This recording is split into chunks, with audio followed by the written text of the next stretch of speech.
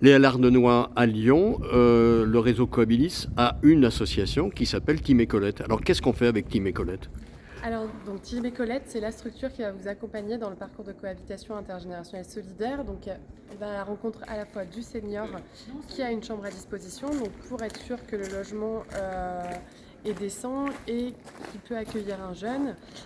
Et elle va aussi à la rencontre du jeune pour être sûr que le jeune a bien conscience de ce qu'est la cohabitation et voilà, pour lui expliquer un peu où peut être le senior.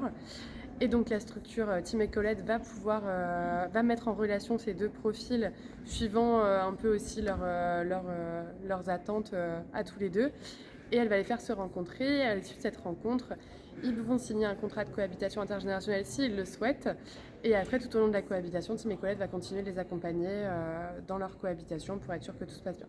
Alors, le réseau Cohabilis est représenté nationalement, en métropole, mais d'ailleurs aussi dans les départements et territoires d'outre-mer. Ici, en métropole, c'est votre plus grosse association du réseau Cohabilis. Effectivement, ils font 180 binômes, pardon, il me semble, par Quand on dit an. binôme, c'est Oui, du coup, des la personne binômes, qui accueille et la personne qui est accueillie. c'est ça, totalement. Oui, c'est la structure qui a pris de l'ampleur ces 3 dernières années. Sachant qu'il y a aussi une deuxième structure à Lyon qui a choisi de rester familiale.